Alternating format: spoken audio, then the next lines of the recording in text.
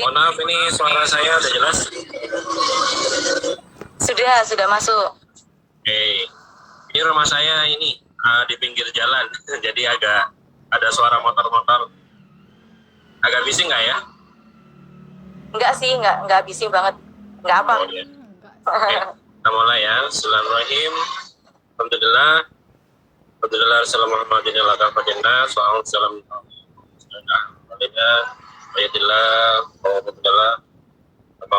Alhamdulillah di malam hari ini kita bisa bertemu kembali di majelis yang mulia ini. Ini namanya majelis apa ya? Saya baru pertama kali ngisi ini. Panggilnya sahabat siaga aja, Pak. Oh, sahabat siaga ya. Alhamdulillah. Sahabat siaga, alhamdulillah malam ini kita akan belajar tentang fitrah based education. Mungkin di sini ada yang belum kenal istilah ini, tapi akhir-akhir ini istilah ini banyak digunakan oleh para orang tua ya. Dan di sini kita membahas fitrah based education tidak hanya membahas masalah parenting setelah menikah, tapi juga sebelum menikah atau pranikah pun kita juga harus belajar juga tentang masalah parenting terkait dengan fitrah based education. Mungkin untuk admin bisa dibantu untuk share presentasi PDF dari saya yang sudah saya kirim kemarin.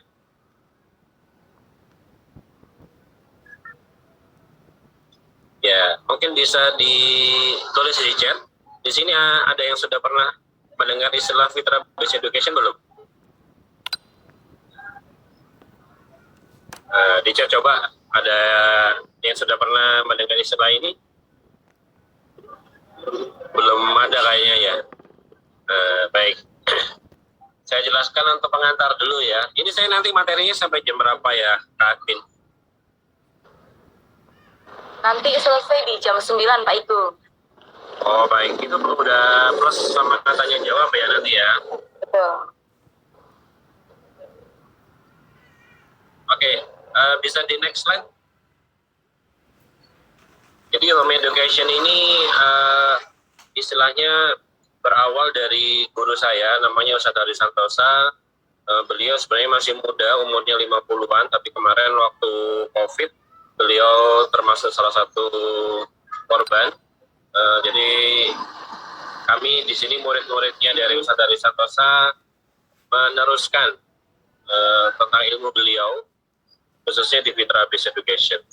Jadi kalau di dalam dunia parenting itu banyak sekali ya materi-materi yang berkaitan dengan parenting.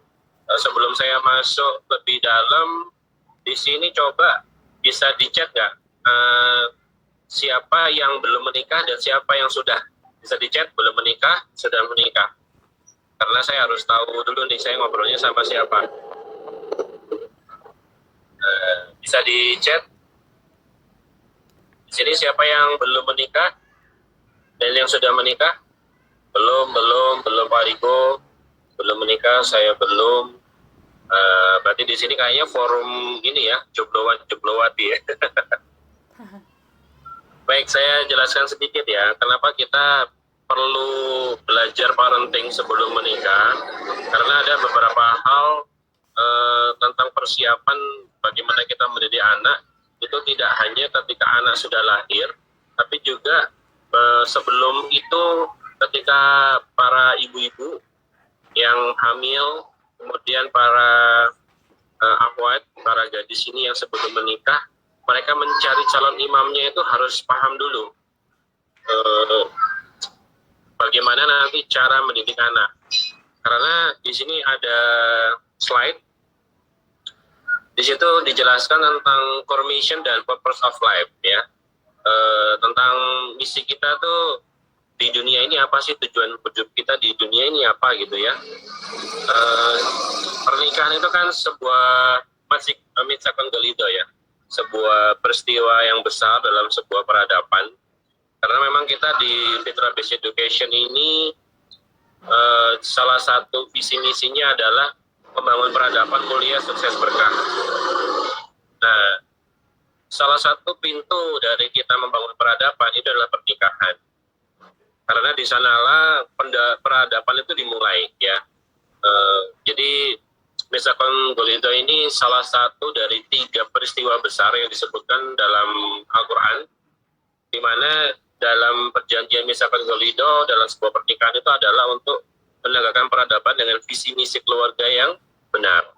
Ya, karena banyak sekali para pemuda dan pemudi yang saat ini yang ada yang menikah dini ya, itu kadang mereka menikah itu belum punya visi misi yang jelas. Nanti pernikahan ini mau dibawa kemana? Ya, jadi coba di sini saya tanya ya, untuk para peserta Zoom malam ini, tadi apa nama majelisnya saya lupa tadi, sahabat apa? Sahabat siaga. Oh ya, sahabat siaga ya. Nah, sahabat siaga di sini coba ada nggak di antara kalian yang sudah punya visi misi dalam berkeluarga? Kalau saya pribadi dulu waktu kuliah itu, sebelum saya memilih calon itu udah bikin visi misi dulu. Karena nanti dalam visi misi itu yang akan menentukan calon kita seperti apa. Ada di sini yang, ini kan banyak yang belum menikah ya, ada nggak yang sudah punya visi misi berkeluarga? Keluarga saya nanti visi misinya apa gitu. Coba saya cek. Belum ada yang chat nih. Mungkin ini ya, banyak yang belum punya kayak mungkin ya. Jadi, oh ini ada nih yang ngasih chat. Belum Pak, belum ada calon. Nah ini yang saya bilang tadi. Kalau saya dulu waktu sebelum menikah, saya menikahnya usia muda juga. Waktu itu usianya 21 tahun dan waktu itu saya masih kuliah. Dan ketika saya memilih calon, itu saya kan sebelumnya sudah bikin ya visi misi keluarga. Nah calon yang saya inginkan, nah itu harus sesuai dengan visi misi keluarga yang saya bikin dulu. Nanti karena kita berkaitan erat, Fitra Education ini adalah tentang cara mendidik anak. Misalnya nih, salah satu contohnya, teman-teman ada ya yang pernah dengar istilahnya homeschooling. Nah jadi kalau di Fitra Education, rata-rata dari komunitas kami, para orang tua, itu anak-anak kami dididik secara homeschooling, bukan sekolah formal. Kenapa? Nah, nanti saya jelaskan di slide selanjutnya. Bisa digeser dulu slide-nya.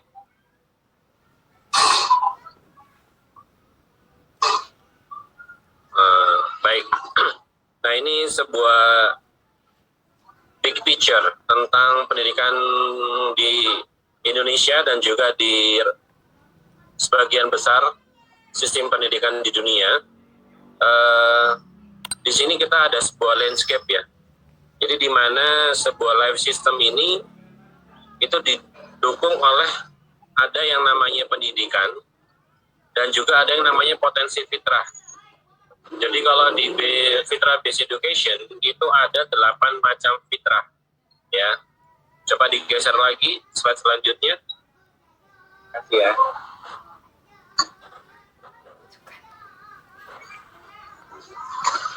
Oke. Jadi seperti ini ya gambarannya ya. Ketika misalnya kita sudah punya visi misi dalam berkeluarga dan kita sudah menentukan kriteria calon pasangan kita seperti apa, nanti insya Allah kita dalam menentukan pendidikan anak itu kita bisa diskusikan dengan rileks dan optimis. Karena banyak orang tua yang misalnya nih, saya kan punya komunitas juga, saya membuat komunitas para ayah namanya Fatherhood Forum, di mana rata-rata kita tahu sendiri urusan pendidikan anak itu kan diserahkan sama ibunya. Bapak itu pokoknya yang bergawe ya gitu ya, fokusnya mencari nafkah. Padahal kalau kita coba teliti lebih dalam di dalam Al-Quran, itu ayat-ayat yang berbicara tentang parenting, tentang pendidikan anak, itu justru yang paling besar perannya itu adalah ayah. Misalnya ketika Luqmanul Hakim diceritakan dalam Al-Quran ya, lalu ada kisahnya Nabi Ismail dan ayahnya Nabi Ibrahim ya, dan juga ada kisah Nabi Yusuf dengan ayahnya. Itu rata-rata kan yang diungkapkan dalam Al-Quran itu adalah faktor ayah dalam peran pendidikannya. Nah, jadi ketika kita sudah menemukan visi misi dalam keluarga, maka titik tumpu kita itu akan jelas. Jadi misalnya nih, saya kasih contoh ya, biar gambaran teman-teman lebih clear. Jadi di keluarga saya, kita membuat semacam visi misi itu, kita ada namanya branding ya. Kita brandingnya itu namanya Keluarga Cemara. Keluarga Cemara ini saya terinspirasinya dari sebuah film. Kalau di zaman dulu tuh ada namanya Keluarga Cemara, mungkin teman-teman di sini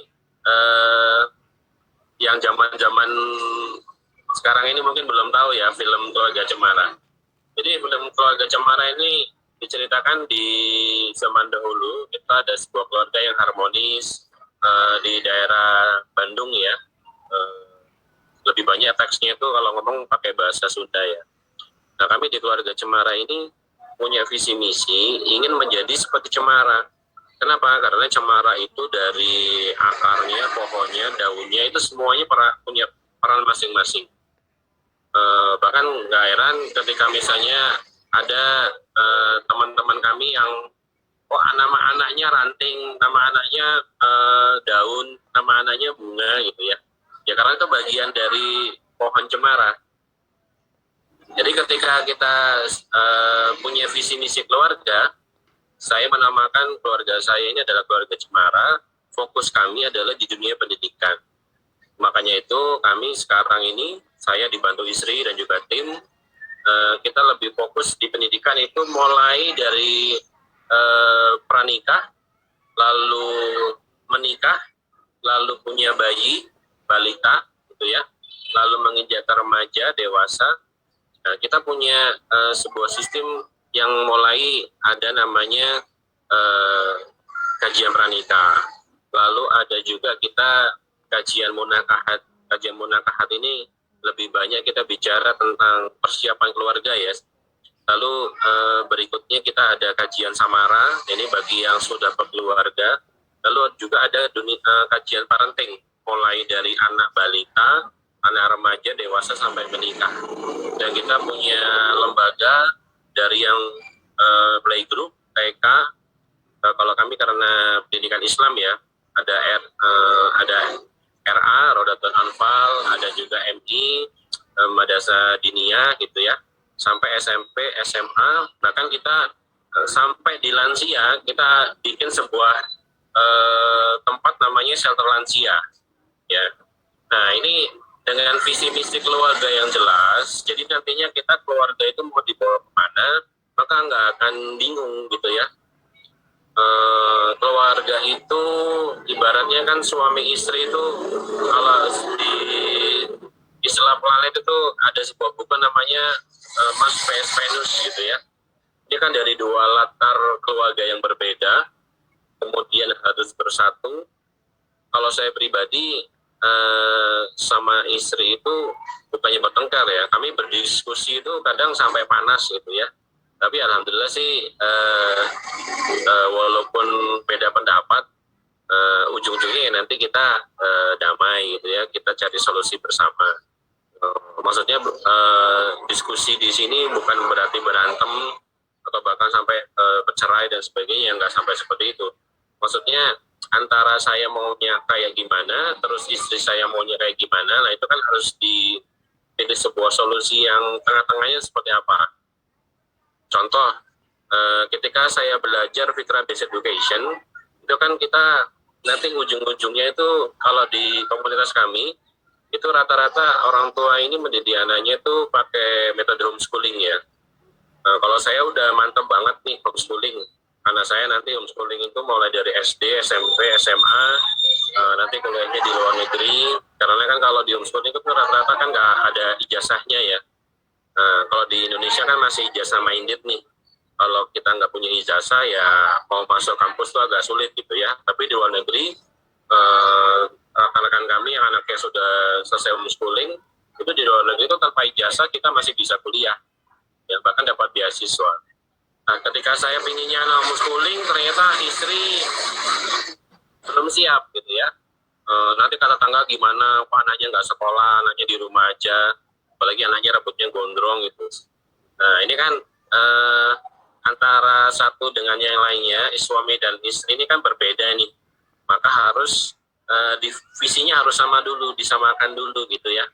Perbedaan ini harus sebelum action, sebelum anak kami benar-benar homeschooling, maka saya harus bisa memahamkan istri dulu. Dan ketika pilihan anak saya adalah homeschooling, itu pun juga bukan atas paksaan orang tua, karena kita sudah pernah menyerahkan anak kita di sekolah formal, terus di pondok, dan akhirnya memilih homeschooling. Itu adalah pilihannya anak sendiri, jadi bukan dipaksakan oleh orang tua. Ya. Oke, kita coba masuk ke slide selanjutnya ya. Tentang pendidikan fitrah. Admin bisa geser slide-nya. Nah, di sini antara fitrah dengan adab itu adalah sesuatu yang berbeda ya. Di situ dijelaskan di surat Ar-Rum ayat 30 ya. Di situ Allah mengatakan bahwa maka hadapkanlah wajahmu dengan lurus pada agama Allah, tetaplah fitrah Allah. Nah, di sini ada kata-kata fitrah ya. Fitrah Allah yang telah menciptakan manusia menurut fitrah itu. Tidak ada perubahan pada fitrah Allah, dan itulah agama yang lurus, tetapi manusia kebanyakan tidak mengetahuinya. Jadi banyak sekali orang tua ini yang ketika mendidik anaknya itu dia sesuai fitrah. Contoh gampangnya gini ya. Ketika anak di bawah 7 tahun itu yang harus kita ajarkan adalah lebih kepada motoriknya ya. Tapi orang tua rata-rata mereka yang sudah terjadi di kebanyakan itu lebih banyak mereka lebih mengejarnya kognitifnya. Jadi kognitif ini lebih ke kemampuan otak kiri ya. Jadi misalnya dia sudah mulai bisa baca tulis, bisa menghitung gitu ya. Atau banyak di sana itu ada les calistung ya. Mungkin teman-teman pernah dengar ya les calistung. Dan itu sebenarnya kalau di bawah 7 tahun, itu anak-anak tuh tidak ada kewajiban untuk belajar calistung. Tapi rata-rata kan Bapak Ibu ketika anaknya masuk TK dan mau masuk SD, itu yang membuat dilema adalah kadang di SD ini mereka harus ada tes ya, tes masuk SD itu pakai calistung. Nah ini kan kontradiktif nih, padahal pendidikan fitrahnya itu harusnya di bawah 7 tahun itu lebih banyak bermain di alam gitu ya, berdidiknya dengan fitrah keimanan, termasuk masalah di keimanan itu adalah kita di bawah 7 tahun itu adalah bagaimana anak mencintai Al-Quran dulu. Nah, tapi yang terjadi kebanyakan kan kita tahu ya di beberapa media itu ada namanya lomba-lomba dai cilik, ada lomba hafiz cilik, balita sudah bisa hafal berapa juz gitu ya. Dan ini kan kadang-kadang orang tua terlalu memaksakan. Padahal sesuai fitrahnya itu mereka ajarkan anak tentang hal kognitif itu di atas 7 tahun. Dan ini sudah didukung oleh keputusan dari Kementerian Pendidikan. Jadi di Kementerian Pendidikan di undang-undang itu dikatakan bahwa di TK dan PAUD itu sebenarnya tidak boleh diajarkan calistung. Dan ketika SD menerima siswa itu seharusnya tidak boleh ada tes calistung. Nah ini kan sudah ada peraturannya di pemerintah. Dari segi Al-Quran juga Allah sudah memberi tuntunan gitu ya. Tetapi itu tadi di surat Ar-Rum tadi dikatakan tetapi kebanyakan manusia tidak mengetahui. Banyak orang tua yang tidak paham dengan pendidikan fitrah, sehingga mereka ketika mendidik anaknya ya banyak fitrah-fitrah yang dilanggar. Apa yang terjadi? Ketika fitrah ini dilanggar, maka ada istilahnya kita mencederai fitrah. Ya, contoh nih, kita menyinggung masalah adab ya. Ketika anak 7 tahun, kita kadang melihat ketika mereka bermain dengan temannya, baik itu di sekolah ataupun di tetangga sekitar gitu ya, atau dengan saudara. Nah, ketika mereka bermain, ada banyak mainan, tetapi ada satu mainan yang mereka berebut. Ya, ketika anak kita yang punya mainan itu dia pegang mainan terlebih dahulu, kemudian saudaranya meminta, bahkan meminta dengan paksa sambil menangis, bahkan sampai berantem, sampai bertengkar gitu ya. apa yang orang tua katakan, ayo nak belajar berbagi ya, harus dipinjamkan mainannya, ini kan saudara jarang-jarang ke sini, masa nggak boleh sih mainannya dipinjem gitu ya. Nah ini karena kita orang tua ini nggak paham, itu sebenarnya sudah mencederai fitrahnya. Karena anak di bawah 7 tahun itu sebaiknya justru tidak diajarkan untuk berbagi terlebih dahulu. Karena anak di bawah 7 tahun itu istilah kita itu masa egosentris ya. Egonya tuh tinggi banget ya. Ketika mereka dia paksakan untuk berbagi, itu secara fitrah sudah mencederainya, sudah mencederai fitrahnya ya. Apa akibatnya ketika di usia di bawah 7 tahun mereka diajarkan untuk berbagi dan kepemilikannya itu egonya tidak terpuaskan, maka ketika dewasa, khususnya wanita ini ya, anak-anak perempuan, maka ketika dewasa dia sejak kecil itu sudah tidak bisa mempertahankan kepemilikannya karena harus diajarkan berbagi yang tadi. Maka ketika dewasa, si perempuan ini yang ketika di masa kecil fitrahnya sudah tercederai, maka ketika dewasa dia akan mudah untuk memberikan apa yang paling berharga dalam dirinya. Apa maksudnya? Keperawanan ya. Ini kan sesuatu yang kita anggap sebuah hal yang tabu gitu ya. Tetapi itu tadi, ketika si kecil ini yang di bawah 7 tahun itu dipaksakan untuk berbagi, dia tidak bisa mempertahankan kepemilikannya, maka ketika dewasa di alam bawah sadarnya, maka dia tidak akan bisa terlalu struggle gitu ya untuk mempertahankan apa kepemilikannya yang paling mulia itu, yaitu kegadisannya, kesuciannya, keperawanannya itu ya. Maka itu kita antara fitrah dengan adab itu adalah sesuatu yang sesungguhnya berbeda, dan adab ini sebaiknya diajarkan di atas 7 tahun, bukan di bawah 7 tahun. Ya di situ dikatakan ya, di situ di surat At-Tahrim itu, jadi wa aku langsung wa ahliku naro. Jadi orang-orang yang beriman, pelihara dirimu dan keluargamu dari api neraka. Ya, jadi jangan sampai anak ini karena kita ajarkan adab sejak dini, maka dia ketika dewasa itu justru malah bukan anak yang beradab, tapi malah anak yang biadab. Kenapa? Karena salah mengajarkan pendidikan anak. Ya, oke, next slide selanjutnya.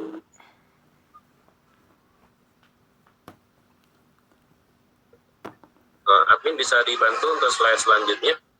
Masih banyak tadi Pak. Kita ada beberapa slide. Mau ada yang ditanyakan mungkin? Tidak sih, lanjutkan Pak, monggo. Oke, ini slide-nya nggak banyak. Kita selesaikan dulu ya. Nanti silakan bagi ada yang mau bertanya, kita lanjutkan.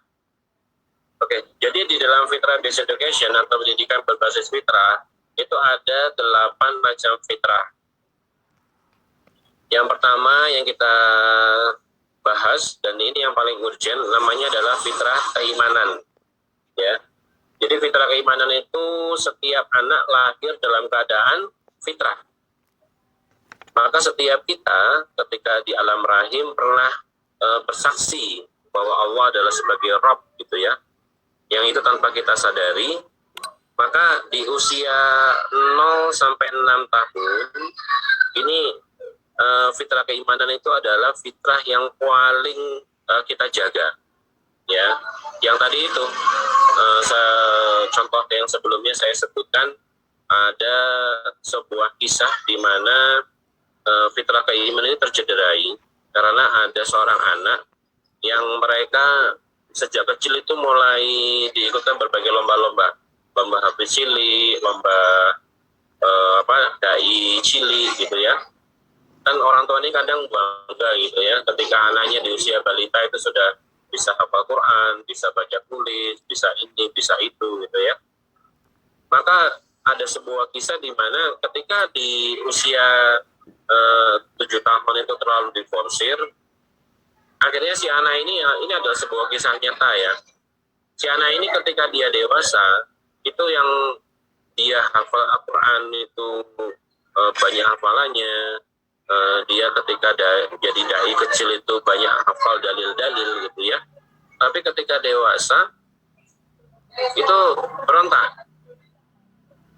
Jadi ketika dewasa yang awalnya itu dia hidup dengan lingkungan yang agamis, ketika sosok ayahnya yang dulu terlalu memaksa dia untuk menjadi anak yang soleh, ketika ayahnya ini meninggal, pemberontakannya mulai keluar. Ya, dan sampai ibunya kewalahan. Jadi si anak ini awalnya dia di sekolahnya kenal dengan temannya, itu awalnya merokok. Jadi awalnya merokok, lalu masuk ke dunia anak muda itu dunia motor ya, trek-trekan dan sebagainya. Lalu sampai akhirnya dia terlibat ke narkoba. Padahal dia dulu seorang hafiz cilik. Dia adalah seorang dai yang diundang kemana-mana ketika kecil ya, dai cilik. Tapi ketika usia SMP, masuk usia remaja ini kan usia yang fatal ya. Ternyata dia berontak. Karena apa? Karena dalam pendidikan fitrah keimanan dia dipaksakan terlalu dini. Ya, maka itu kita di dalam fitrah keimanan usia 0 sampai 7 tahun itu bukan kita anak-anak itu harus hafal Quran, harus bisa baca tulis Al-Quran. Ya, tapi bagaimana dalam usia 0 sampai 7 tahun itu anak cinta dulu dengan Al-Quran. Ya, cinta dulu dengan masjid. Maka ketika dia dewasa, dia menghafal Quran itu karena kemauannya dia sendiri, bukan dipaksakan oleh bapak ibunya.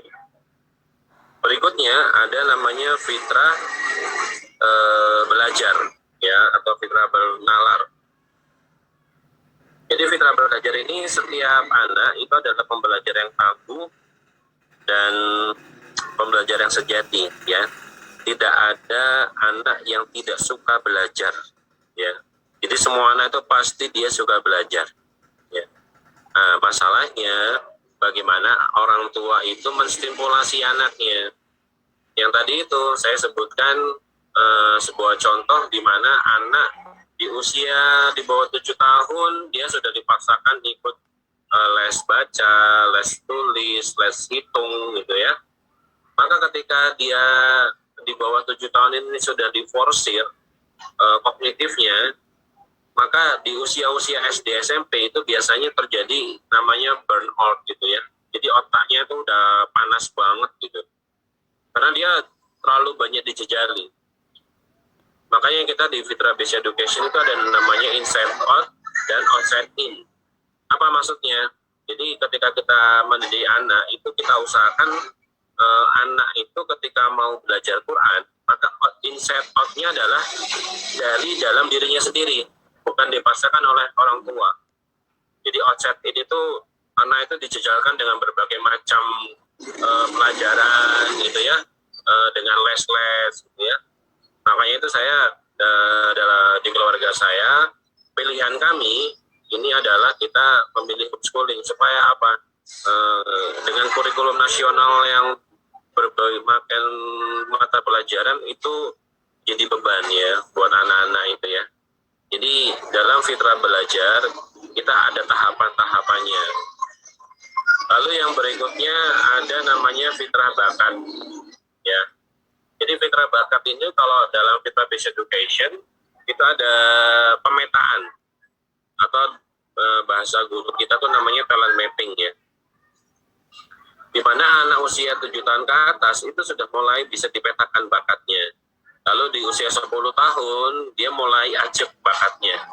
Dan usia 15 tahun dia sudah fit gitu ya. Tidak berubah-ubah. Ada sebuah penelitian yang mengatakan bahwa mahasiswa Indonesia 97% itu salah jurusan. Nah, di sini ada nggak teman-teman yang ketika kuliah itu salah jurusan? Ya. Jadi 97% mahasiswa Indonesia itu salah jurusan. Kenapa? Karena dia nggak paham bakatnya apa dan memilih jurusannya apa. Sehingga yang terjadi apa? Ya kerjanya itu rata-rata nggak sesuai dengan apa yang pernah dipelajari di kuliah dulu. Dan itu pernah terjadi pada saya. Ya, maka itu kita di fitrah bakat. Jadi usia 7 sampai 10 tahun itu udah mulai dipemetakan bakatnya ya. Usia 10 sampai 15 tahun kita kalau dalam fitrah based education itu ada istilahnya belajar kepada maestro, magang gitu ya. Supaya apa? Supaya dia ajak ketika usia 15 tahun ke atas, nah ini ya, dia sudah benar-benar menemukan 7 bakat teratasnya itu apa yang sesuai dengan talent mapping. Jadi talent mapping ini adalah sebuah aplikasi. Kalau misalnya teman-teman belum pernah coba, silakan nanti dibuka ya. Bagi teman-teman yang di sini belum tahu, saya sebenarnya itu hobinya apa sih? Bukan hobi ya. Minatnya itu apa sih? Bakatnya itu apa sih? Gitu ya. Itu kita bisa talent mapping. Saya di chat ya, sebentar ini chatnya mana nih? Jadi silakan teman-teman buka situs namanya www.temubakat.com. Itu gratis. Nanti teman-teman di situ kalau ingin tahu bakatnya apa, tinggal masuk aja ke situs itu temubakat.com. Nanti ada beberapa pertanyaan yang harus dijawab teman-teman dengan jujur ya. Kalau bahasa sekarang tuh jujurly. Ya, ada sekitar 30 atau 40 pertanyaan gitu ya. Nah, nanti kita dengan pertanyaan-pertanyaan itu nah ini terima kasih ya Mbak Yuni Rinda, www.temubakat.com. Jadi teman-teman bisa klik di situs itu, masukkan email, nanti hasil dari asesmen itu, hasilnya akan dikirim via email. Ya, supaya apa? Supaya itu tadi, yang dikatakan penelitiannya bahwa di Indonesia ini kebanyakan mahasiswanya 97% adalah salah jurusan. Nah itu tidak terjadi pada kita ya. Berikutnya ada fitrah perkembangan ya. Jadi fitrah perkembangan yang tadi saya sempat jelaskan di awal. Jadi setiap fase anak itu ada masa-masa golden age-nya ya. Misalnya ya usia 0 sampai 2 tahun itu adalah masa di mana anak-anak ini didekatkan dengan ibunya. Lalu di usia 2 sampai 6 tahun, anak laki-laki itu dan anak perempuan itu harus mulai didekatkan pada ayahnya. Ya. Lalu yang berikutnya di usia mulai, istilah kita namanya preakil balik ya. Usia 7 sampai 14 tahun, nah ini mulai dipisah. Kalau anak laki-laki itu sebaiknya didekatkan kepada ibunya. Tapi kalau anak perempuan itu didekatkan pada ayahnya. Ya, supaya apa? Jadi di usia 7 sampai 14 tahun itu kan rata-rata masa-masa puber ya. Nah, jadi kalau kita punya seorang putri, maka usahakan putrinya itu ketika menemukan cinta pertamanya itu adalah bapaknya, bukan laki-laki lain. Kenapa? Ya karena itu tadi, di usia 7 sampai 14 tahun, itu kita didekatkan pada ayahnya, si anak perempuan ini. Maka ketika ada laki-laki yang mendekatinya, maka si perempuan ini akan berkata, kalau kamu memang ingin menikahiku, maka ya ngomonglah sama bapakku. Ya. Kemudian sebaliknya, kenapa anak laki-laki itu di usia 7 sampai 14 tahun harus didekatkan kepada ibunya, supaya anak laki-laki yang terkenal maskulin gitu ya, itu supaya dia juga ada sisi feminisnya. Maka ketika dia berumah tangga nanti, ya ini bahasanya terkait yang pranikah nih, kan di sini banyak yang jomblo ya. Itu jangan sampai nanti ketika misalnya kita memilih pasangan, ya khususnya di sini bagi yang perempuan ya, itu kan saat ini kita ada namanya KDART ya, kekerasan dalam rumah tangga ya. Itu karena apa? Karena si laki-laki ini dia ketika usia 7 sampai 14 tahun itu terlalu maskulin. Ya. Maka itu kenapa kita ketika nanti punya anak 7 sampai 14 tahun, yang untuk yang anak laki-laki harus didekatkan kepada ibunya supaya sisi feminisnya itu mulai berperan. ya, sehingga dia bisa mengerti wanita, dia bisa mengerti bagaimana perasaan wanita. Kan kalau dalam bahasa psikologi ini kan, kalau wanita itu kan lebih banyak bicara masalah hati ya, masalah perasaan. Kalau laki-laki lebih banyak bicara masalah logika, ya. Oke, selanjutnya ada namanya fitrah seksualitas, ya. Ini berkaitan dengan masalah gender, ya. Kita ada namanya istilahnya kan LGBT, ya. LGBT itu kan sebenarnya kalau kita lihat dalam bahasa Arab, ya, dalam literasi Al-Quran dan hadis, itu LGBT itu sejak zamannya Nabi Lut, ya, itu kan ada namanya kaum Sodom, itu sudah ada sejak zaman dahulu, dan itu adalah disebut perilaku menyimpang, ya. Jadi kalau dalam dunia psikologi itu ada dua macam perilaku menyimpang, khususnya dalam fitrah seksualitas. Itu ada namanya penyakit seksual dan ada namanya gangguan seksual, ya. Jadi kalau penyakit seksual ini contohnya ada akhir-akhir ini ada ada seorang pemain voli, ya, tentara pemain voli. Mungkin teman-teman mungkin belum terlalu familiar, ya. Jadi si pemain voli ini dia dalam kompetisi itu dia berperan sebagai seorang wanita karena dia memang orangnya cantik, tinggi gitu, ya. Tapi sesungguhnya ketika diperiksa secara medis itu mohon maaf itu ada hormon seksoren, ya, ada alat kelaminnya itu yang menyerupai laki-laki, ya. Atau lebih gampangnya ini, ya, ada seorang artis namanya Dorce Gamalama, sudah meninggal, ya. Nah, Dorce Gamalama ini itu namanya penyakit seksual. Kenapa? Karena Dorce Gamalama itu ketika lahir alat kelaminnya itu hemafrodit. Maka itu dia disuruh memilih mau dia jadi perempuan atau mau jadi laki-laki. Nah, setelah dioperasi maka dia memilih sebagai seorang perempuan dan KTP-nya pun juga berubah. Yang awalnya lahir dia sebagai laki-laki, tapi setelah operasi kelamin dia menjadi seorang wanita. Nah, ini namanya penyakit seksual. Dan itu memang sudah dari sononya, lahirnya hemafrodit. Nah, tapi yang kebanyakan sering terjadi akhir-akhir ini itu adalah gangguan seksual, ya. Dia sebenarnya laki-laki yang normal, laki-laki tulen, tapi dia lebih memilih untuk menjadi waria. Nah, ini namanya gangguan seksual, ya. Dan ini gangguan seksual seperti ini biasanya didasari oleh pola pengasuhan atau pola pendidikan yang keliru di masa kecil, ya. Oke, kita lanjut ke berikutnya, ada namanya fitrah estetika dan bahasa. Ini lebih ke fitrah ini, ya, seni, ya. Karena setiap manusia itu pasti ada rasa jiwa seni di dalamnya, ya. Jadi seperti ketika dia melihat pantai, ketika dia melihat gunung, atau mendengar lantunan ayat suci Al-Quran. Bahkan di sana, di luar negeri, di Eropa, itu ketika diperdengarkan Al-Quran itu, mereka merasa terenyuh gitu, ya. Atau ada musik-musik yang membuat hati kita tuh rasanya mellow gitu, ya. Nah, itu kan namanya fitrah estetika. Dan itu di setiap orang tuh pasti ada, ya.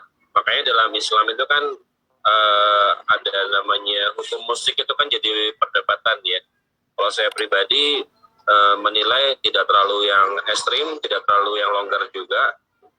Kami memilih yang pertengahan. Jadi musik itu boleh selama tidak melalaikan, lalu tidak ada ikhtilat, ada syarat-syaratnya, ya.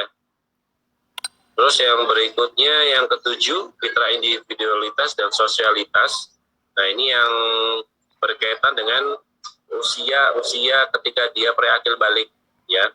Jadi bagaimana dia sebagai seorang individu tapi juga bisa bersosialisasi. Anda di kami itu sering ada omongan, ya, kalau anak homeschooling itu anaknya nggak punya teman gitu, ya, jarang bersosialisasi. Padahal justru kami di anak-anak kami yang homeschooling itu temannya malah bervariasi umurnya. Karena kan kita setiap minggu itu ada playdate istilahnya. Itu playdate itu pindah-pindah tempat, ganti-ganti teman gitu, ya. Bahkan kita kadang nginep di rumah teman tanpa orang tua. Jadi kita istilahnya internship gitu ya. Nah, ini operatornya keluar. Nah, slide-nya jadi hilang juga nih. Sinyalnya kemungkinan Pak Igu. Gimana?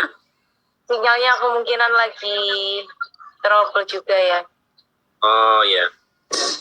Ini ada beberapa slide lagi sebenarnya. Tapi mungkin supaya nggak terlalu larut malam, karena slide-nya juga agak muncul ya. Mungkin bisa kita mulai tanya jawab ya, sambil nanti operatornya bisa aktif kembali. Monggo silakan di sini dari rekan-rekan yang tadi sudah menyimak, sedikit saya jelaskan tentang Fitra Based Education, tentang cara pendidikan anak berbasis fitrah. Silakan bila ada yang ingin bertanya. Saya sambil ngopi dulu. Oke, silakan teman-teman sahabat siaga yang mau kasih pertanyaan nih tentang materi yang tadi sudah disampaikan ya sama Pak Igu. Mulai dari pembahasan tentang core mission dan the purpose of life sampai ke bagian fitrah dan ini ya, macam-macam fitrah ya. Ya, 8 macam fitrah. 8 macam fitrah. Yuk, bisa ini aja chat di kolom komentar ya. Share di kolom komentar boleh, atau ada yang langsung mau bertanya juga boleh.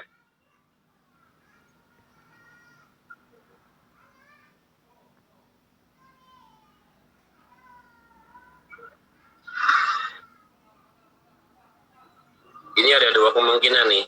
Kalau nggak ada pertanyaan itu berarti paham semua, atau kemungkinan kedua malah nggak paham sama sekali. Nah, ini Oh iya, ini ada yang bertanya ya. dari Mbak Desi. Ya, Pak, izin bertanya, bagaimanakah menumbuhkan anak balita agar pede? Karena jika banyak orang selalu nangis atau takut jika tampil di depan. nah ini yang saya singgung di masalah fitrah belajar dan fitrah pertumbuhan yang tadi ya. Jadi kan di sini pertanyaan bagaimana menumbuhkan anak balita agar pede. Jadi anak balita ini nangis atau takut jika tampil di depan orang. Nah, ini kan kalau dalam perkembangan fitrah, sesungguhnya anak balita balita itu kan aslinya bayi di bawah 5 tahun ya. Bayi usia 5 tahun. Berarti kan masih di bawah 7 tahun. Nah, di bawah 7 tahun itu anak itu dia harusnya dibebaskan untuk berkreasi di dunia fantasinya. Ya.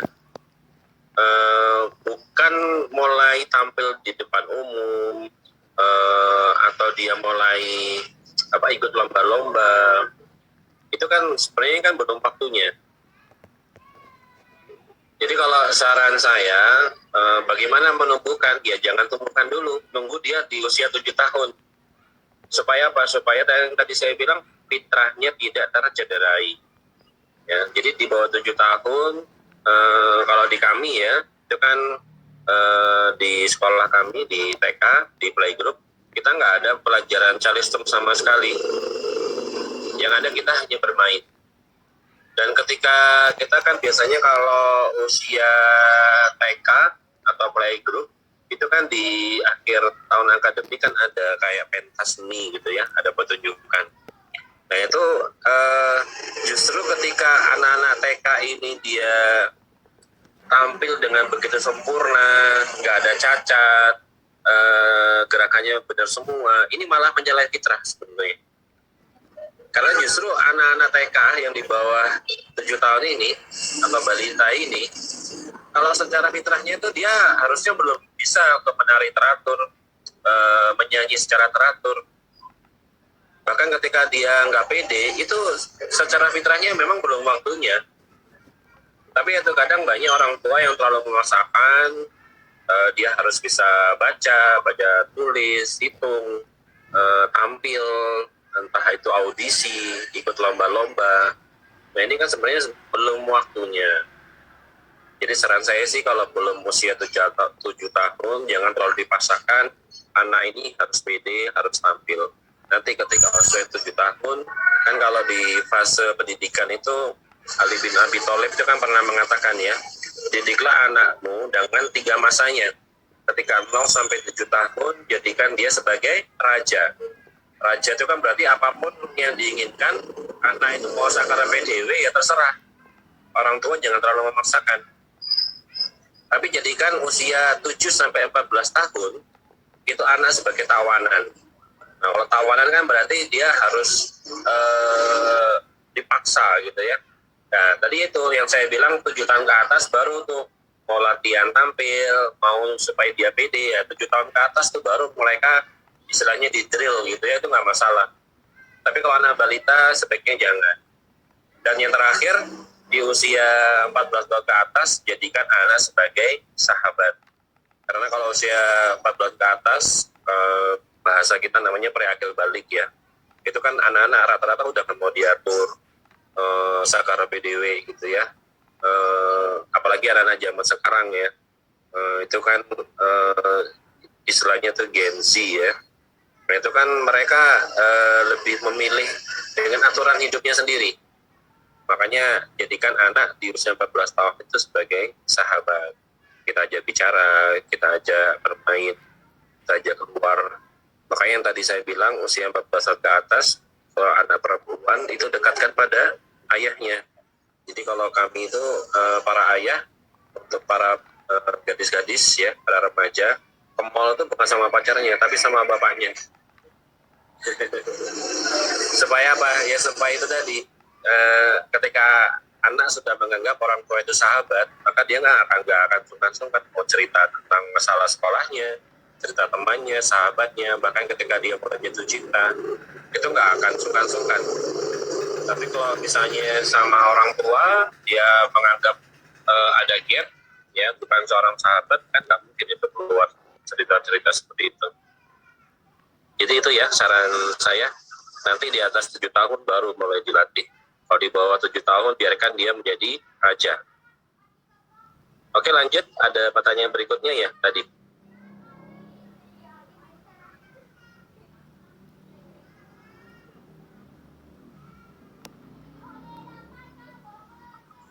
Oke, ini ada pertanyaan dari Rizky Zarotum Mulia.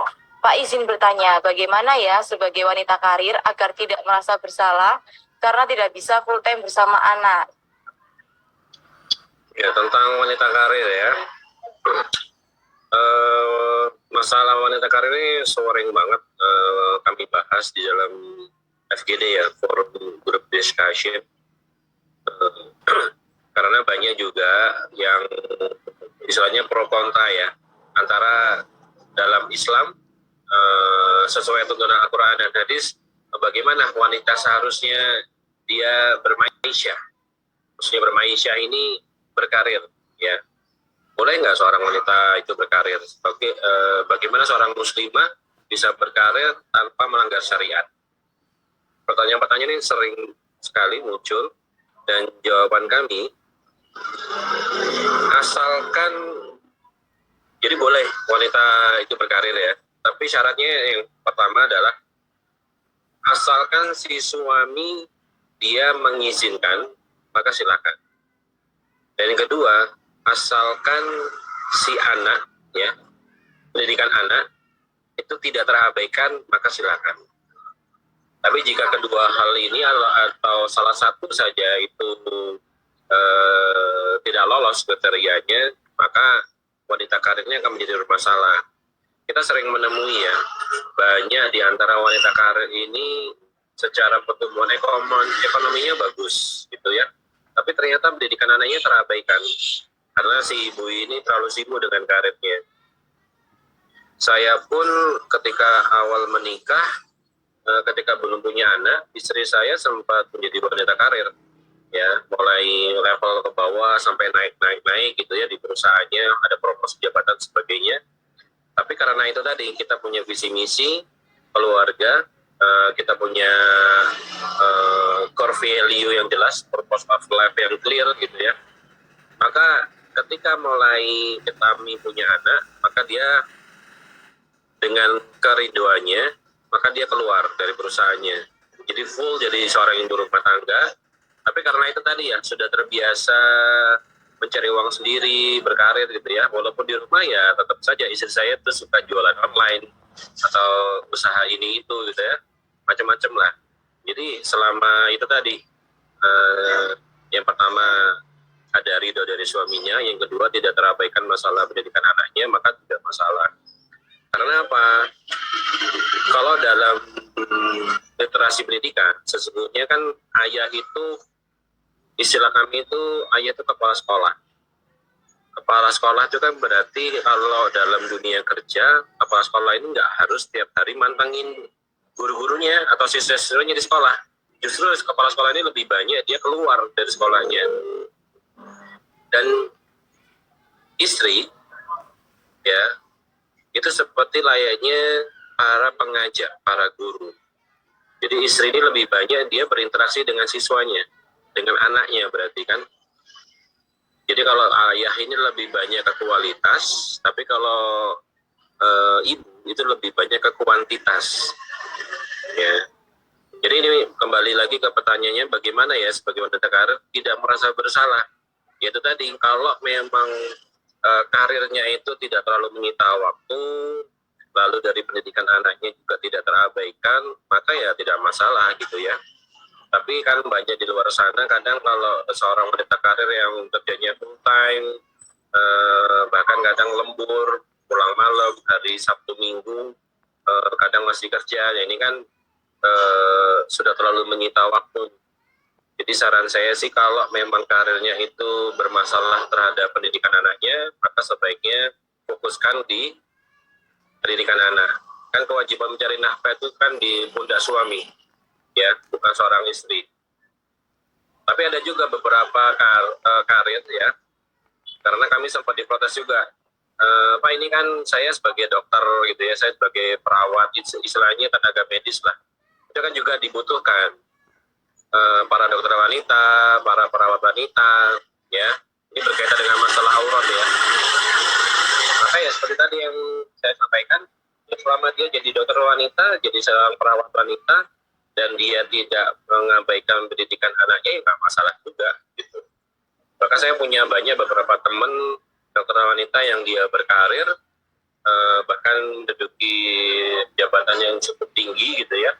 Tapi dia pendidikan anak-anaknya baik-baik saja gitu ya. Bahkan anaknya itu sering berprestasi gitu ya. Ya karena itu tadi, dua syaratnya terpenuhi, ridho dari suami dapat, pendidikan anak tidak terabaikan, maka jalankan. Tapi kalau dua syarat ini ada salah satu yang bermasalah, maka sebaiknya fokus di keluarga. Begitu ya Mbak Rizky ya. Oke, selanjutnya. Oke, ini ada pertanyaan lagi nih Pak. Izin bertanya, saya punya keponakan usia 4 tahun, yaitu mengeluarkan emosinya dengan cara yang salah. Misalnya karena dia ingin bermain, tapi sudah waktunya tidur siang. Nah, dia marah-marah Pak dengan cara merusakkan atau mengacak-acak benda-benda di sekitarnya. Bahkan kadang bisa mencakar ibunya karena hal itu. Bagaimana cara meredam emosi anak itu? Karena yang saya lihat dengan dia begitu, itu malah menaikkan emosi orang tuanya. Terima kasih ya. Ini pertanyaan dari Mbak Nina ya. Jadi di usia 4 tahun, itu yang tadi di materi sempat saya jelaskan tentang masalah adab. Ya. Jadi jangan benturkan antara fitrah dengan adab. Di usia 7 tahun ke bawah, maka anak itu jangan diajarkan adab terlebih dahulu. Ya. Misalnya ketika anak ini, yang tadi nih, salah satu contohnya, dia ingin bermain tapi sudah waktunya tidur siang. Nah, kalimat anaknya kan dunia itu kan, anak-anak kan dunia senang bermain. Tapi ada kata-kata di sini sudah waktunya tidur siang. Nah, kata-kata sudah waktunya tidur siang ini menurut saya bermasalah. Ada nggak sebuah literasi dalam Al-Quran atau hadis, bahkan dalam dunia kesehatan, yang mengatakan bahwa anak itu harus tidur siang? Kan nggak ada kewajiban. Dan secara medis pun tidak masalah juga anak nggak tidur siang. Tapi kenapa orang tua memaksakan untuk tidur siang? Jadi ini ya, pola pendidikan yang tidak sesuai fitrah ini kadang mencederai fitrah anak. ketika anak dia asik bermain, bahkan nggak tidur siang, ya biarkan aja dia bermain. Kenapa harus tidur siang? Karena kalau dia tidur siang, dipaksa, sehingga dia fitrahnya tercederai, yang terjadi apa? Tantrum. Ya tantrum ini ya seperti yang tadi, marah-marah, merusak benda, mengacak-ngacak, bahkan mencakar ibunya. Itu wajar. Kenapa? Karena anak tercederai fitrahnya. Jadi bagaimana cara meredam emosi anak itu? Ya biarkan dia bermain. Tidak perlu tidur siang. Karena memang tidak ada literasi dari Al-Quran, hadis maupun medis bahwa anak harus tidur siang. Ya, makanya itu kenapa di sini teman-teman sebelum menikah kita harus belajar parenting terlebih dahulu supaya nanti ketika menjadi anak itu tidak mendadak. Ya, jadi ada istilahnya ya, mendidik bukan mendadak. Jadi sebelum kita punya anak, kita belajar dulu supaya nanti ketika mendidik anak, supaya ketika nanti teman-teman sudah punya anak, itu nggak mendadak cara mendidiknya. Ya, tapi lebih ke mendidik, ya, bukan mendadak. Begitu ya, Mbak Nina ya. Oke, lanjut. Oke, lanjut. Di sini ada pertanyaan dari Arta SR12. Saat usia berapa anak wanita harus dekat sama ayahnya ya? Oh, ini hanya mengulang materi aja ya. Tadi sudah saya jelaskan. Jadi di usia anak wanita, ya di usia pre-akil balik. Jadi kan kalau para ulama itu dari 4 mazhab Syafi'i, Hambali, Maliki, Hanafi, itu mereka rata-rata menyatakan bahwa akil balik itu di usia 15 tahun. Maka di usia pre-akil balik, usia 10 ke atas, 10 sampai 14 atau 15 tahun, ini sebaiknya anak wanita itu didekatkan sama ayahnya. Ya, usia 10 sampai 14 tahun, anak wanita didekatkan pada ayahnya. Ya, jadi mengulang materi aja ya. Oke, berikutnya. Oke, lanjut. Di sini ada pertanyaan dari Kelvin Eka. Izin bertanya Pak, gimana caranya mengatasi agar tidak mengajarkan anak di bawah umur untuk berbagi? Sedangkan banyak sekali orang-orang dahulu bermindset baiknya mengajarkan anak berbagi sejak kecil. Tadi sempat dijelaskan ya, baiknya mengajarkan berbagi sesuai umurnya ya Pak. Ya, memang kalau kita namanya mindset ini kan sesuatu yang sulit untuk dirubah ya. Maka itu dari Ali bin Abi Thalib, beliau mengatakan bahwa didiklah anakmu sesuai dengan zamannya. Ya, sekali lagi, didiklah anakmu sesuai dengan zamannya. Karena kan kita sering ya, kalau saya pun juga pernah diskusi, bukan diskusi, malah debat ya. Karena cukup sengit gitu ya, antara saya dengan ibu saya tuh pola pendidikan pola mendidik anak saya dan ibu saya ketika mendidik saya ketika waktu saya kecil kan berbeda. Jadi kadang ibu kita kan ngomongnya kan, oh dulu tuh waktu kecil kamu tuh begini begitu gitu ya. Atau bahkan ada beberapa orang tua yang mengatakan anak sekarang itu loh ya beda sama anak zaman dahulu gitu. Ya karena memang zamannya kan sudah beda, maka cara mendidiknya juga harus beda. Betul Jadi Pak. itu kan masalah mindset. Jadi kembali lagi ke pertanyaan tadi, mana tadi ya? Sebentar. Banyak sekali orang dahulu bermindset baiknya mengajarkan anak berbagi sejak kecil. Nah ini kan mindsetnya orang dahulu. Ya, jadi kalau kita misalnya sekarang paham parenting, ya didiklah anak dengan zaman yang sekarang, bukan dengan cara mendidik anak-anak zaman dahulu. Ya, kalau dulu kan ilmu ini kan terbatas ya, tapi kalau sekarang kan sudah banyak pertebaran ilmu dari berbagai macam sumber ya, dari internet ya, dari medsos, dari buku-buku, sehingga orang tua yang zaman sekarang itu harusnya lebih paham parenting daripada orang yang zaman dahulu. Jadi kan masalah mindset ini antara kita dengan orang tua, bahkan yang paling gapnya paling jauh itu kadang dengan nenek kakek ya. Saya juga pernah ini ada pengalaman yang lumayan strict juga ya. Ketika misalnya cucunya itu sama kakek neneknya lagi berkunjung, wah itu ada rasa bahasa psikologinya itu namanya inner child ya. Inner child itu sesuatu yang kita ada perasaan bersalah. Maka si mbah ini, si nenek dan kakek ini, apapun yang dimau sama cucunya itu semuanya diberikan. Padahal kita sebagai orang tua udah ngomong nanti nggak boleh ini, nggak boleh itu, ya.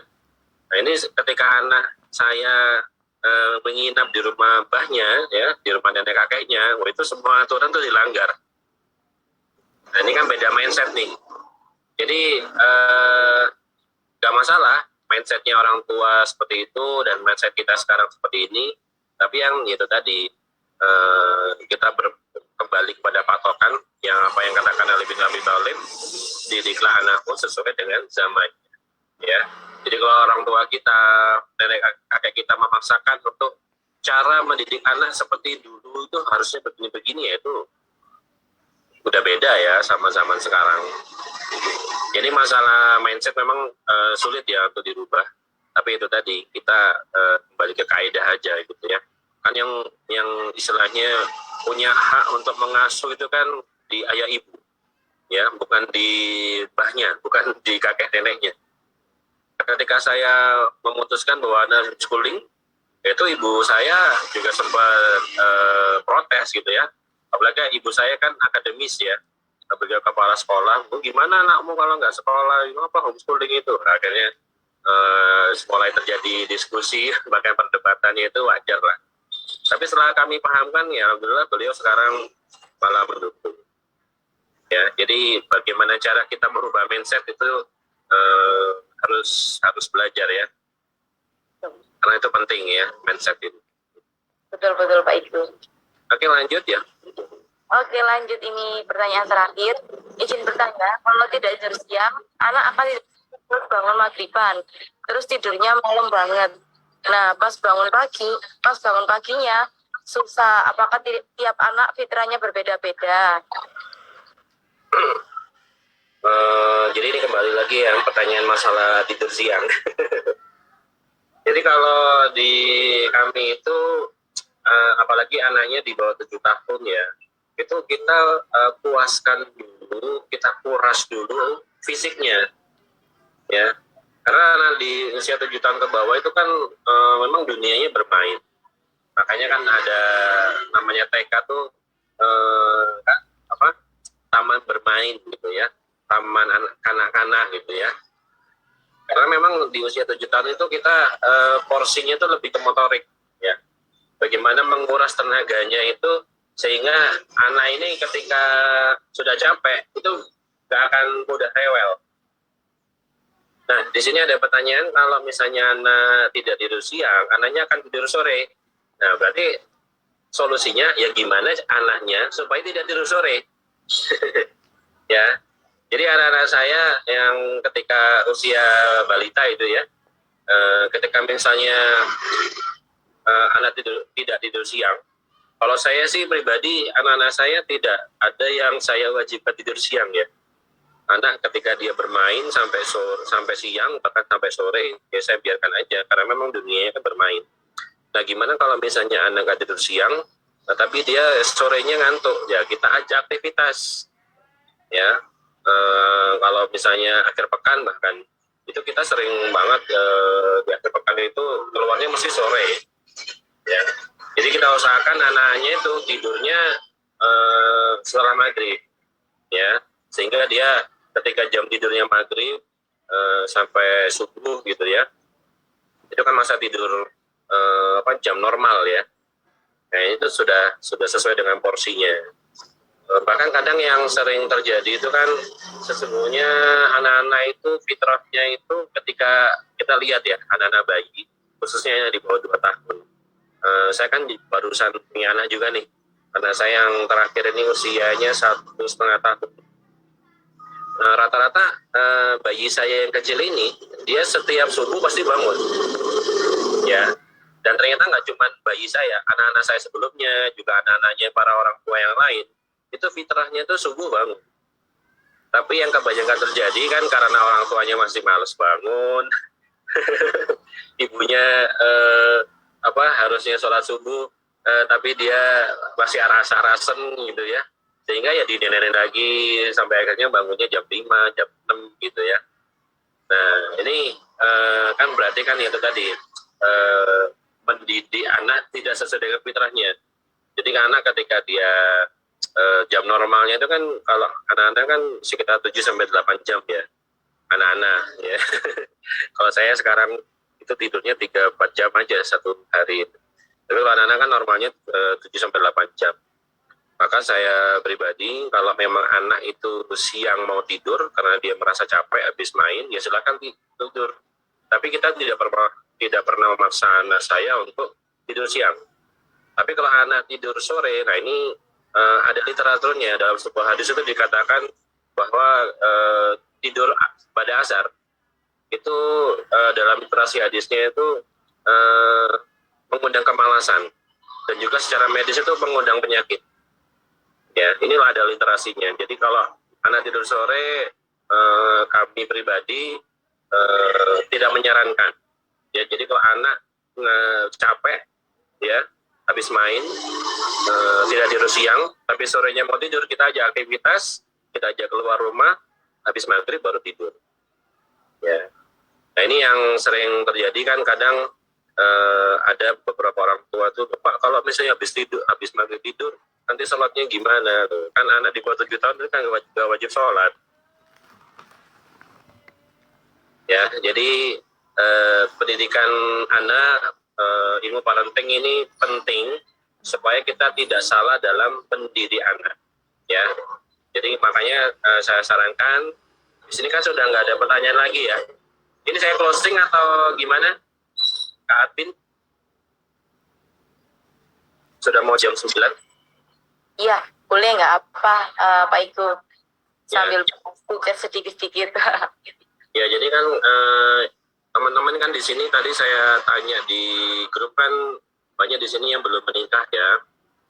Jadi saya sarankan supaya teman-teman nanti tidak menyesal setelah menikah baru bingung cara mendidik anak.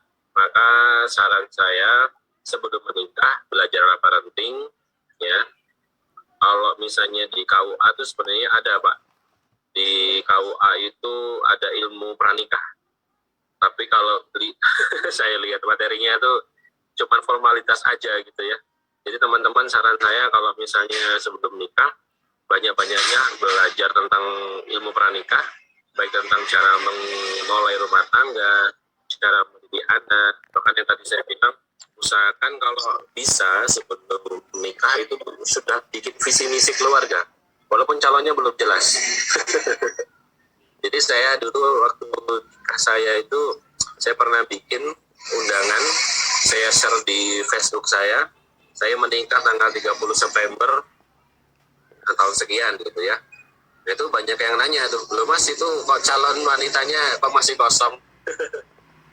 Ya, saya bikinnya bukan kriteria calon dulu, yang saya bikin adalah visi misi keluarga dulu, baru nanti calon pasangannya itu baru mengikuti visi misi ya. Karena yang tadi itu jangan sampai di tengah jalan, nah ini sering sekali terjadi di teman-teman kami ya di komunitas parenting itu, karena begitu banyak sumber atau referensi parenting, ada istilah kami itu namanya mabuk parenting. Apa itu mabuk parenting? Ya karena dia banyak belajar tentang FBE ya, tentang Fitrah Based Education, lalu ada namanya belajar tentang child mention, ada belajar tentang unschooling gitu ya. Unschooling, homeschooling itu beda ya. Akhirnya si orang tua tuh malah jadi bingung. Jadi anak saya harus dididik seperti apa ya? Kok kata si guru ini jangan begini, kata si guru itu oh itu boleh gitu ya. Terus yang benar yang mana? Nah ini kan setiap keluarga tuh pasti punya keunikan sendiri-sendiri. Apalagi setiap anak itu unik. Makanya kita di Fitrah Based Education kita ada namanya personalized curriculum. Jadi kurikulum personal. Kan kalau di sekolah itu kan sekolah formal ya, itu kan semua anak kurikulumnya kan diseragamkan. Ya harusnya sih kalau setiap anak unik, maka dia harus punya personal kurikulum. Tidak bisa disamakan, tidak bisa disamaratakan. Ya. Jadi saran saya bagi teman-teman di sini, sahabat Sahabat apa tadi? Kok lupa terus. Sahabat siaga Pak Iko. Ya, sahabat siaga ya. Di sini teman-teman kan banyak yang belum menikah nih. Jadi saran saya di sini kan ada majelis-majelis pranikah itu kan banyak ya. Kalau saya kan tinggal di Malang. Di Malang itu ada teman saya bikin namanya klinik nikah. Jadi kalau di sini kan di Halal Wedding ini di Surabaya ya. Nah, di Halal Wedding itu kan juga sudah sering ya bikin kelas-kelas pranikah, kelas parenting. Nah itu coba diikuti ya. Karena insya Allah dengan persiapan yang lebih matang, maka ketika ada masalah itu akan lebih mudah ya. Daripada kita nanti setelah menikah, apalagi setelah punya anak, baru belajar parenting. Nah itu tadi yang saya bilang, akhirnya bukan mendidik tapi malah mendadak ya. Jadi itu closing dari saya untuk malam ini. Terima kasih kepada teman-teman sahabat siaga yang sudah berkenan untuk belajar bersama saya malam ini. Insya Allah kita bisa sambung lagi di lain waktu ya. Begitu ya, Kak Admin. Terima kasih banyak Pak Iko untuk kesempatan dan waktunya ya. Sudah berbagi ilmu nih buat teman-teman yang belum nikah. Alhamdulillah banyak feedback baik dan juga manfaat ya pastinya. Ini dapat juga dari teman kita Capa dan juga Kelvin Eka. Jadi bisa ini ya prepare juga ya teman-teman yang mau menikah nih biar lebih belajar lagi tentang parenting pastinya. Nanti boleh minta PDF materinya enggak ya? Boleh, pastinya nanti bakal dikirim ya sama tim adminnya kita. Oke, sebelum penutup kita mungkin bisa ya nyalakan kameranya masing-masing, kita foto bersama untuk kenang-kenangan juga. Nanti next Pak Iko nanti bakal kasih materi yang menarik lagi nanti di minggu depan ya, di minggu selanjutnya kayak gitu. Insya Allah. Oke, yuk boleh dong teman-teman dinyalakan kameranya, yuk kita berfoto bersama.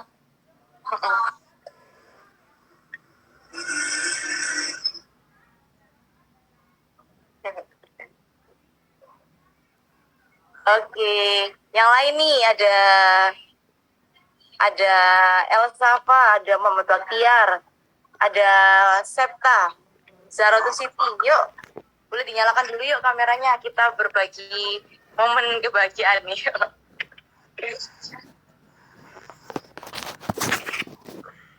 Oke, mungkin yang lain lagi di jalan ini kali ya, nggak apa.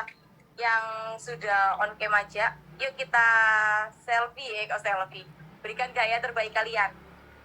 Oke, ini hitung ya. 1, 2, 3. Oke. Terima kasih banyak Pak Iko. Terima kasih ya. Saya pamit dulu. Sampai jumpa di lain kesempatan. Assalamualaikum warahmatullahi wabarakatuh. Waalaikumsalam warahmatullahi wabarakatuh. Terima kasih Pak Iko. Waalaikumsalam warahmatullahi wabarakatuh.